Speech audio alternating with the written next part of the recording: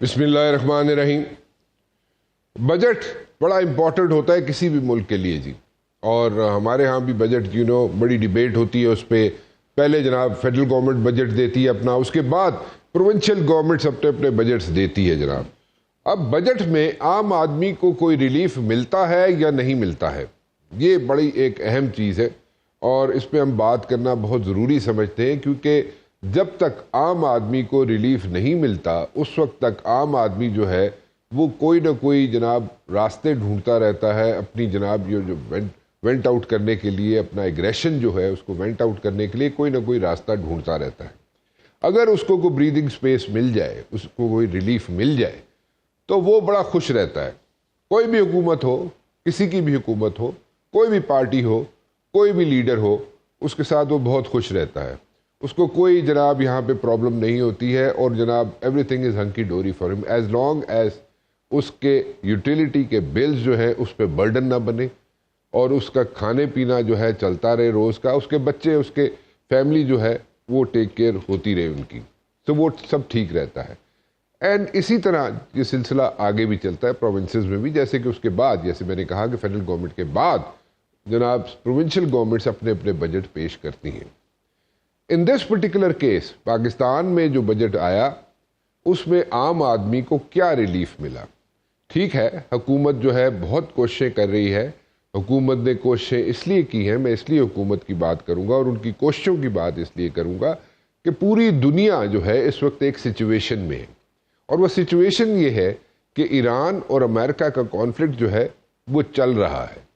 ٹھیک ہے، M O you sign ہونے والا ہے، ایم او یو سائن ہوگا، اس میں کوئی دو رائے نہیں ہے، کیونکہ ایم او یو کے بعد پھر انہوں نے جناب بیٹھ کے ساری نیٹی گریٹیز جو ہے ان کو بھی طے کرنا ہے۔ 60 ڈیز کا ٹائم پیریڈ تھا کہ جناب 60 ڈیز کے ٹائم پیریڈ کے اندر اندر جناب ساری نیٹی گریٹیز طے ہو جائیں گی، لیکن میرے خیال میں 60 ڈیز سے زیادہ اس کو سٹریچ کیا جائے گا، 60 ڈیز سے آگے بھی اس کو سٹریچ کیا جائے گا، اور جناب جو ایشوز ہیں ان کو سارٹ آؤٹ کیا جائے گا، اور پھر جناب یہ ایم او یو جو ہے ایک ایگریمنٹ کی صورت اختیار کر سکے گا۔ اب اگر یہ لانگ لاسٹنگ ہوتا ہے ایگریمنٹ تو ویل اینڈ گڈ، لیکن اگر نہیں ہوتا تو پھر بھی کنسٹرینٹس رہیں گے ساری دنیا کی اکانومی پہ، صرف پاکستان کی اکانومی پہ کنسٹرینٹس نہیں رہیں گے، پوری دنیا کی اکانومی میں کنسٹرینٹس رہیں گے۔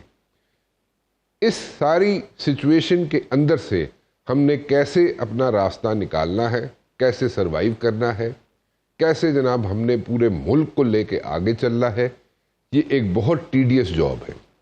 کرٹیسائز کرنا بڑا آسان ہے، کوئی ایشو نہیں ہے، بیٹھ کے سب لوگ کرٹیسائز کر سکتے ہیں، ہم بھی کرتے ہیں، لیکن پکے پیروں پہ اگر کرٹیسزم کیا جائے تو اس کا جناب کوئی نہ کوئی حاصل وصول بھی ہوتا ہے، اور جناب کریکشن کی بھی ایک آپشن وہاں پہ موجود ہوتی ہے حکومت کے لیے، اور وہ کریکٹ بھی کر لیتی ہے اپنے آپ کو۔ لیکن just for the heck of it اگر ہم یہاں پہ جناب کرٹیسائز کرتے رہے تو اس کا فائدہ کوئی نہیں ہوتا۔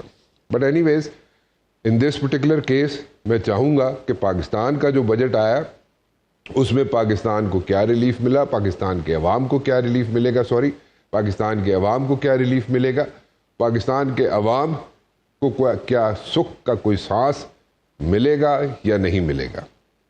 پولیٹیکل پارٹیز جو ہیں ان کے ڈفرینسز ہیں، کوئی بھی کہتا رہے کہ ان کے ڈفرینسز نہیں ہیں، بالکل ہیں۔ پیپلز پارٹی کے اور نون لیگ کے ڈفرینسز ہیں، اور ان ڈفرینسز کو ختم کرنے کی آپس میں کوشش بھی کی جا رہی ہے۔ لیکن ایک بات بالکل غلط تھی جب یہ جناب یہ افواہ گردش میں آئی کل جب بجٹ پیش ہونا تھا کہ شاید پیپلز پارٹی جو ہے شامل نہیں ہوگی بجٹ کی تقاریر میں یا اسمبلی میں نہیں جائے گی۔ That was wrong. ٹھیک ہے، بلاول بھٹو زرداری صاحب نے بھی اپنے کنسرنز ریز کیے ہیں، انہوں نے بھی اپنے ایشوز جناب سامنے رکھے ہیں، اپنی پارٹی کے لیڈران کے سامنے رکھے ہیں، اپنی پارٹی کے سامنے رکھے ہیں کہ ان کو ایشوز کیا ہیں۔ این ایف سی ایوارڈ ہو یا کوئی اور مسئلے ہو، یا بے نظیر انکم سپورٹ کا مسئلہ ہو، این ایف سی ایوارڈ ہو، یا صوبوں کو بنانے کی بات ہو، ان پہ ان کی ریزرویشنز ہیں پیپلز پارٹی والوں کی، اور میرے خیال میں ان کو ایڈریس کر لیا جائے گا ان ون وے اور دی ادر۔ جب بات کی جاتی ہے کہ 28ویں ترمیم آئے گی یا نہیں آئے گی، 28ویں ترمیم آئے یا نہ آئے، ڈینائل موڈ میں سب ہیں، اور ڈینائل موڈ میں ہمیشہ رہتے ہیں سب۔ جیسے 27ویں ترمیم آنی تھی تو جناب ہم کہتے تھے کہ جناب 27th امینڈمنٹ آ رہی ہے، لیکن کوئی ماننے کے لیے تیار نہیں تھا. لیکن ابھی بھی ہم کہتے ہیں جناب کہ 28ویں ترمیم آئے گی، تو ابھی بھی کوئی ماننے کے لیے تیار نہیں ہے. ٹھیک ہے، ان ون وے اور دی ادر ترمیم آئے گی. کیسے آئے گی؟ چاہے وہ جناب 28ویں ترمیم کی شکل میں آئے یا کچھ اور طریقہ اڈاپٹ کیا جائے، لیکن ترمیم آئے گی. اور وہ ترامیم جو ہے دے آر ان دا آفنگ. اب پولیٹیکل پارٹیز بیٹھ کے، مسلم لیگ نون اور پیپلز پارٹی بیٹھ کے ان کو کیسے ایڈریس کرتی ہے، کیسے ایڈریس نہیں کرتی ہے، that is yet to be seen. کیونکہ اگر وہ بیٹھ کے ان ایشوز کو سارٹ آؤٹ کر لیتی ہے تو بہت اچھا ہے، لیکن اگر نہیں کر پاتی تو پھر ایک سچویشن بن سکتی ہے.